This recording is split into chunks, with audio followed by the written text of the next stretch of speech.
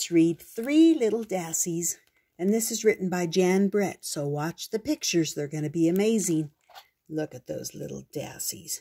Sorry for the glare there. Do you know what a dassie is?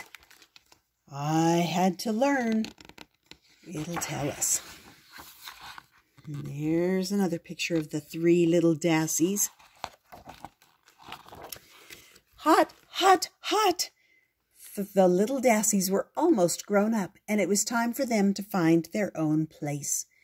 Mimby, Pimby, and Timby waved goodbye to Mommy, Daddy, aunties, uncles, and all their cousins, and set out for the distant mountain.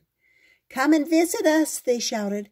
"A place cooler, a place less crowded, a place safe from big eagles." The sisters traveled all day and all night across the Nimby Desert, arriving at the foot of the mountain the next morning. "This is where we will live," they agreed excitedly. "Welcome," a squeaky voice called out from the scree. It came from a handsome, smiling Agama man. "No one has lived here for a long, long time. Just me and a family of eagles up on the mountain." "Eagles?"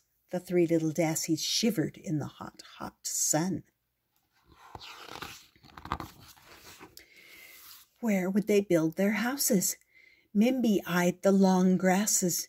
"These grasses will make a lovely, cool house," she said, and she set to work, cutting, twisting, braiding, and bundling. She finished in no time. "Be near and dear, sisters," she said, crawling inside for a nap.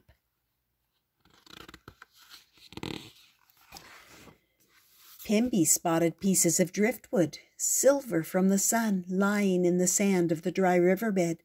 "These will make a fine wooden house," she said, and she set about collecting as many pieces as she could find. When it was finished, she hung up a hammock and called out, "Be near and dear, sisters, while I rest my eyes." And look who's... There's the eaglets. There's an eagle. What's going to happen? Timby looked at the rocks around their mountain. "I will build a stone house," she said, "but it won't be as easy to build as one made out of grasses or sticks." And it wasn't. She had to work all day in the hot sun to get it finished in time to sleep in it that night. Agama man had been watching them. He was happy they were staying on. He had missed having company. There's the eagle. The three little dassies slept late into the morning as the sun rose higher and higher in the sky. The big old eagle who lived up on the mountain stretched his wings and flew down to look for a meal for his hungry chicks. Mimby woke up hungry and went outside. Suddenly, a long-winged shadow passed over her. "The eagle!" she cried, and hurried back into her grass house. "I see you, Dassie," the eagle screeched and swooped down. "I'll flap and I'll flap and I'll blow your house in," he squawked, beating the air with his wings till the grass roof sailed off. The eagle grabbed Mimby and lifted her up, up, up to his nest.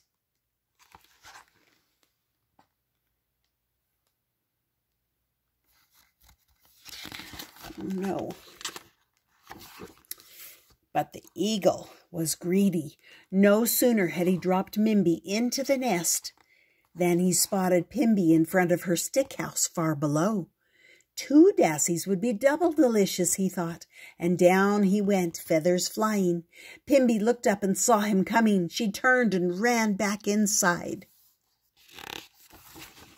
The eagle landed and screeched, "I'll flap and I'll flap and I'll blow your house in," he squawked.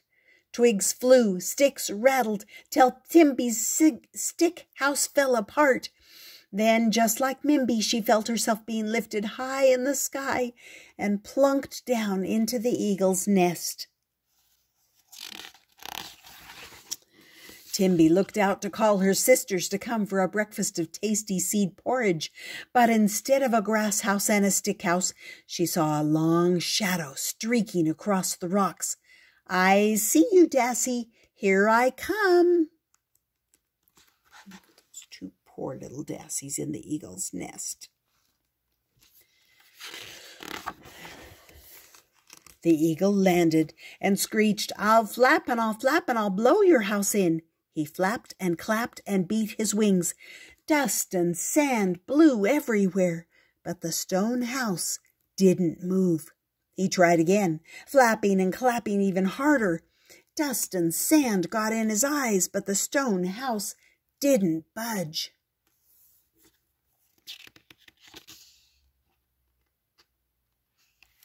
Look.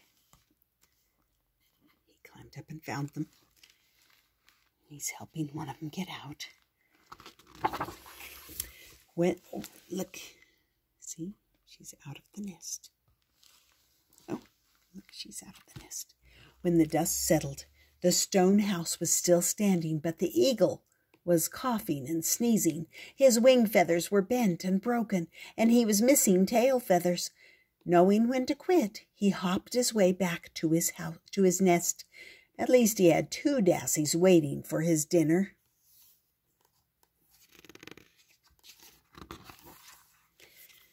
The eagle reached his nest, but the dassies were gone. He looked down and saw them at the bottom of the mountain, heading for the stone house.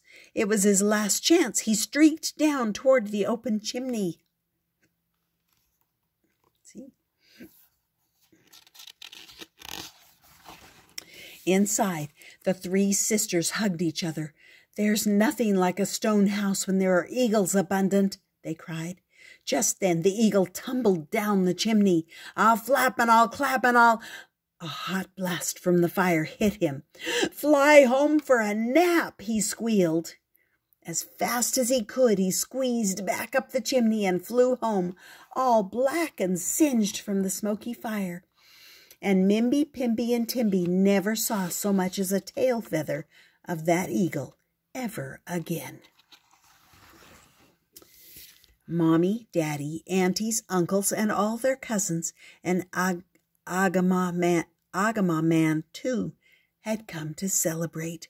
"Welcome," the sisters cried, "to a place cooler, to a place less crowded, to a place safe from eagles." And if you travel to Namib today, you will see dassies living in stone houses with handsome Agama men looking out for them. As for the pesky eagles, they are easily spotted, for their feathers are as black as soot. And that, my friends, was a story called The 3 Lassies. Oops, sorry, The 3 Dassies. And dassies are this little creature that reminds me of a groundhog, but it's technically something similar. Anyways, I hope you subscribe, and I hope you come back often. This was a cute little 3 Little Pigs version of the 3 Little Pigs, and I hope you enjoyed it. And we'll see you next time on Stories with Grandma.